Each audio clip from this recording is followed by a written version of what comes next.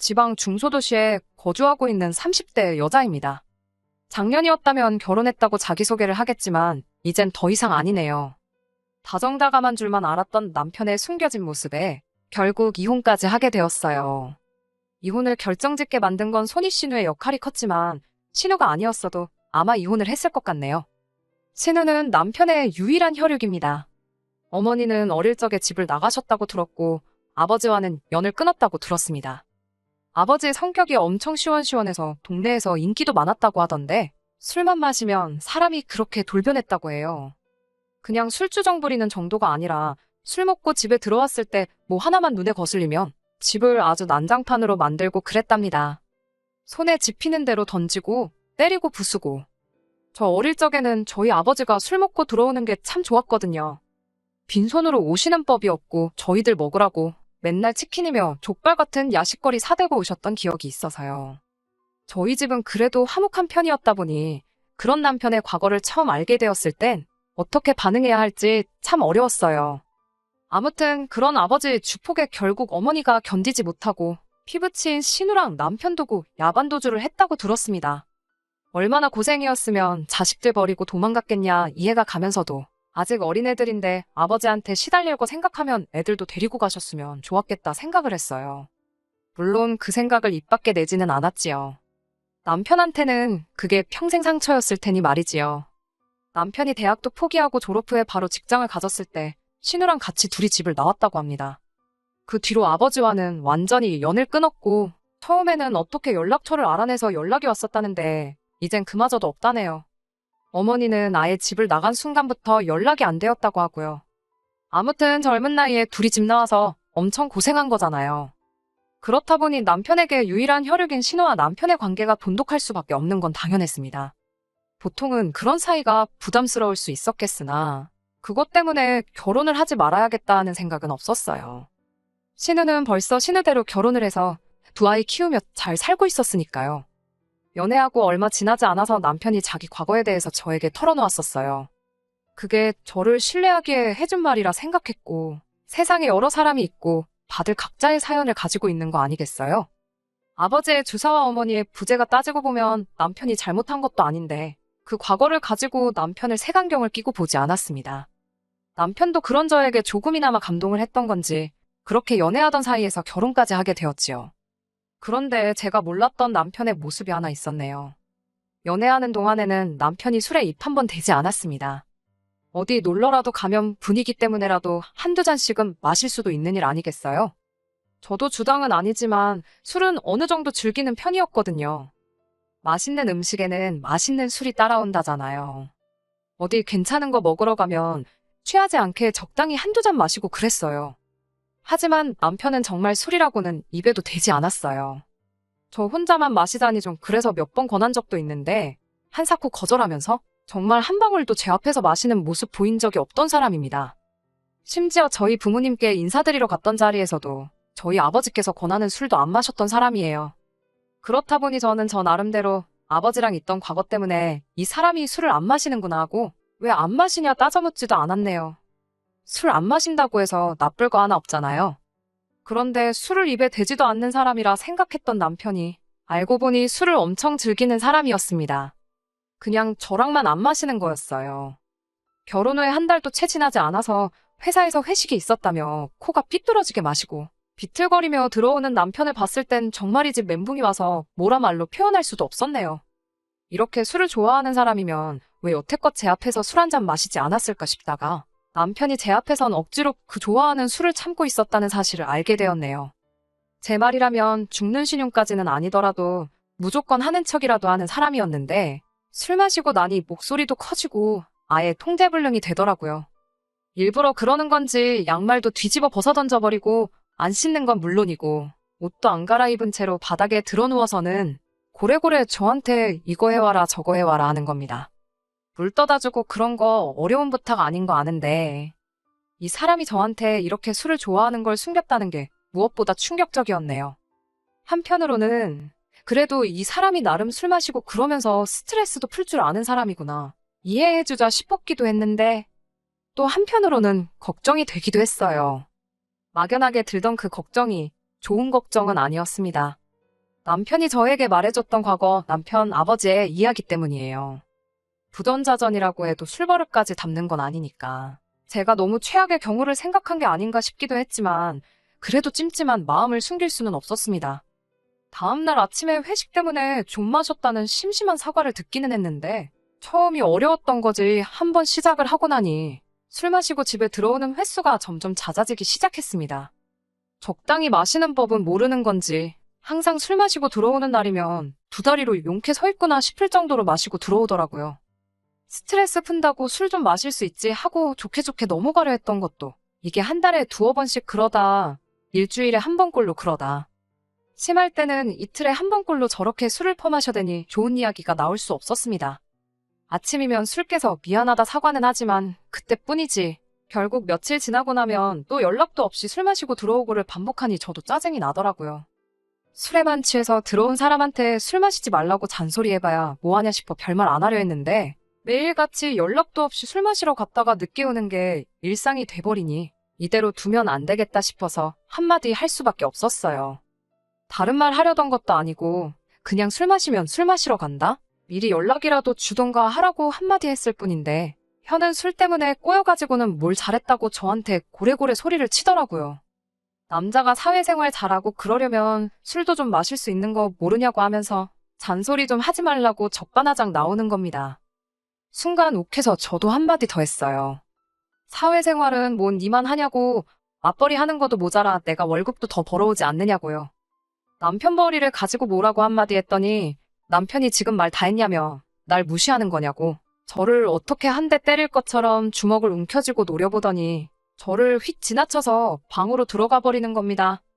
혼자 화를 삭히고 더 커질 싸움을 피하기 위해 방에 들어간 거였다면 아마 지금도 꾸역꾸역 남편과 어떻게든 같이 살고 있을 거예요. 그런데 그게 아니라 방에 들어간 이유가 따로 있더군요. 방에 들어가서는 침대 위 이불이며 화장대 위에 올려져 있는 화장품이며 옷장 안에 옷까지 다 끄집어내더니 아주 난장판을 만들기 시작했습니다. 남편의 아버지를 본 적이 없지만 어머니까지 도망가게 만든 그 주사가 아마 그것과 똑같았을 거예요. 저도 방으로 따라 들어가서 지금 이게 뭐 하는 짓이냐고 그만하라고 한마디 했더니 남편이 네가 나에 대해서 뭘 안다고 그러냐며 내가 설마 그 돈 벌려고 이렇게 일을 하고 있겠냐고 소리를 치더라고요. 온 집안을 난장판으로 만드는데 저를 노려보는 눈빛부터가 평소랑 다른 것도 모자라 술까지 취해 있으니 괜히 제가 남편하고 맞불을 놓고 있어봤자 좋을 게 없겠다 싶었습니다. 그래서 결국 제가 자리를 피했어요. 더러워서 피한 것도 있지만 실제로 무슨 일이 일어날까 무서웠습니다. 밖에 나가서 찬바람을 쐬다 보니 남편이 했던 말이 생각이 나더라고요. 자기 월급에 대한 이야기 말입니다. 제가 애초에 남편의 벌이 가지고 아무 말도 안 했던 이유 중 하나가 바로 남편이 연애 중 저에게 털어놓았던 아픈 과거 이야기 때문입니다. 아버지랑은 절연을 했고 어머니는 생사조차 모른다고. 자기도 평범한 집에서 자랐으면 대학도 가고 더 좋은 회사도 취직했을 거라며 저에게 해줬던 그 과거 이야기가 남편에게는 말 못할 큰 상처라 생각했어요. 연애 중 결혼 이야기가 오가는 과정에서 남편 벌이가 저보다 적다는 걸 알게 되었을 때도 당황하지 않았고 그걸 가지고 따로 문제 삼은 적도 없었거든요. 그런데 남편이 자기가 그 돈 벌려고 그러겠냐는 그 말을 곰곰이 생각해보니 아무리 작은 회사라도 연차수가 그렇게 되는데 최저시급보다 조금 더 되는 월급을 받아오는 게 말이 안 된다는 생각이 들더군요. 이게 어떻게 돌아가는 상황인지 제 눈으로 확인해봐야겠다는 생각이 들어 그 길로 다시 집으로 돌아갔습니다. 지 술주정 때문에 아내가 새벽에 집 밖으로 뛰쳐나갔는데 이 인간은 잠이 오는 건지 엉망으로 만들어 놓은 방 안에서 바닥에 드러누워 쿨쿨 잘만 자고 있더군요. 부엌으로 가서 냉수 한 잔 떠와서 자고 있는 남편 얼굴에 확 부어버렸습니다. 남편이 어프프하면서 화들짝 잠에서 깨더군요. 잠 깨면서 술도 같이 깬 건지 그래도 제가 나가기 직전에 주정 부리며 난리치던 모습은 온데간데 없고 어안이 벙벙해서 상황 파악을 하고 있더라고요. 그런 남편 앞에다 두고 제가 월급 계좌 좀 봐야겠다고 한마디 했습니다. 남편 얼굴에 당황한 기색이 역력했어요. 예상한 대로 못 보여준다고 핸드폰부터 품 안에 꽉 쥐고 놓지를 않더군요. 프라이버시 중요하긴 하지만 그건 부부간에 신뢰가 있을 때겠지요. 안 보여주겠다면 난리법석을 떠는 꼴을 보니 역시나 들키면 안 될 구린 게 있어서 저러는구나 확신이 생겼어요. 저도 호락호락 넘어가지 않았습니다. 안 보여주면 당장의 이혼이라고 내가 확인했을 때 정말 뒤가 구린 게 하나도 없다면 어떻게든 내가 마음이 풀릴 때까지 사과하고 술 먹고 들어오는 거 가지고도 아무 말 안 하겠다 강하게 나오니 결국 남편은 저를 이기지 못하고 핸드폰을 보여줬습니다. 역시나 계좌에 찍힌 입출금 내역을 보니 남편이 애초에 말한 월급보다 120만 원을 더 받고 있었네요. 액수를 정확히 알 수 있었던 건 정확하게 그 금액이 월급날 맞춰서 현금으로 인출이 되고 있었기 때문이에요. 남편한테 이게 뭔지 설명해 줄 수 있냐 물었습니다. 남편은 꿀먹은 벙어리가 돼서 아무 말도 못하고 그냥 한 번만 모르는 척 넘어가주면 안 되겠냐고 하더라고요. 자기 나름대로 비상금 만들고 싶어서 그랬던 거라고. 앞으로는 월급 나오면 저한테 다 입금부터 하고 용돈 타서 살겠다며 끝까지 말을 안 해주더군요. 제가 설마 120만 원 그거 더 받자고 이러고 있던 거겠어요? 남편이 싹싹 비는 거 쳐다보지도 않고 남편 거래 내역을 쭉쭉 살펴봤어요. 조금 아래로 내리다 보니 결국 남편이 신우한테 매달 50만 원씩 보내고 있던 정황을 발견해냈습니다. 저랑 결혼한 이후로는 계좌로 직접 보낸 게 아니라 현금 인출을 해서 잘은 모르겠는데 아마 결혼 전에는 50만 원씩 보내주다가 결혼 후에는 액수를 2배 넘게 올렸던 게 아닐까 싶어요. 아무튼 돈이 다른 곳이 아니라 신우한테 들어가고 있다는 상황을 알게 되었으니 더 길게 말할 것도 없더라고요. 당장 신우한테 전화해서 여기로 부르라 했습니다. 남편이 우물쭈물거리면서 무작정 미안하다고만 하고 그렇게만은 하지 말아달라고 그러더라고요. 직접 전화할 생각이 없는 것 같아 보여서 그럼 내가 신우 오라고 하겠다고 전화기를 들었습니다. 그랬더니 남편이 벌떡 일어나서는 저를 밀치며 핸드폰을 뺐더라고요.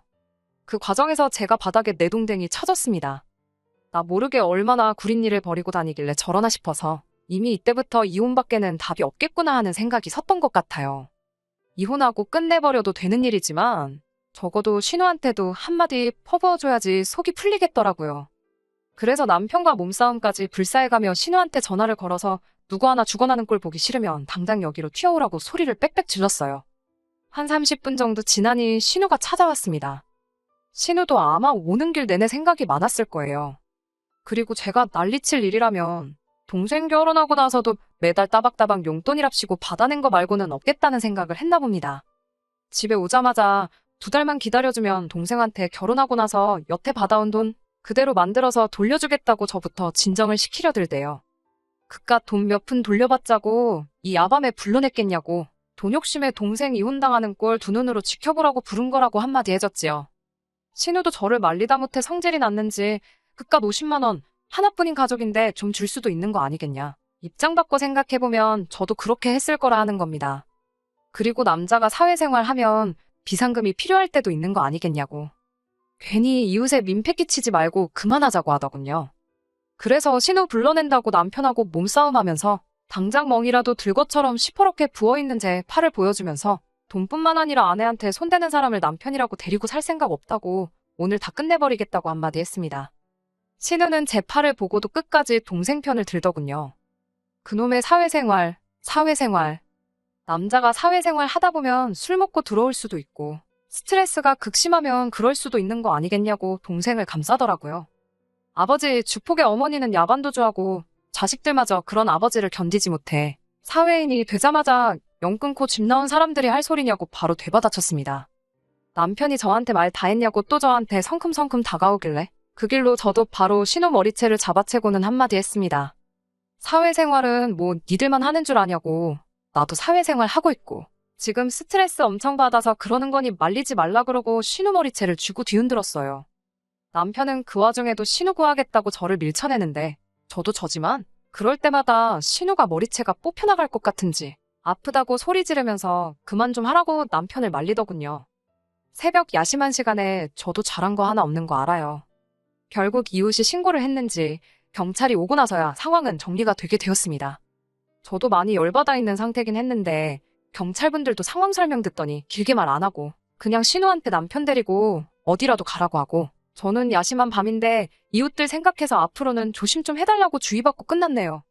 그 길로 남편 짐부터 정리해서 다음날 신우네 집으로 전부 보내버렸어요.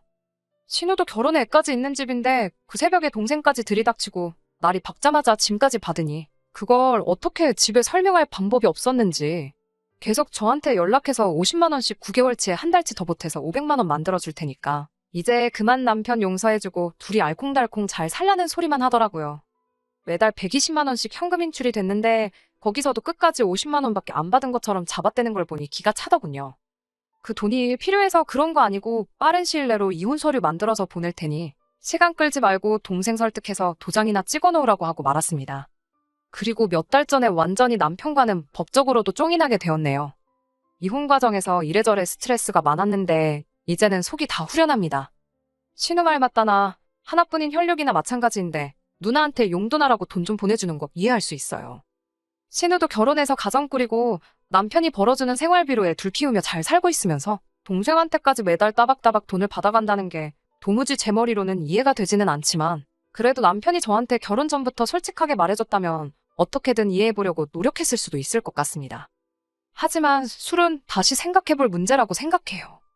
일로 받는 스트레스, 당연히 술로 풀 수 있는 부분이지만 당장 술 때문에 어머니 도망가게 만든 아버지를 욕하고 결국엔 영까지 끄는 남편이었는데 당장 자기 자신도 그런 아버지와 다를 게 없다는 걸 알고는 있을까요?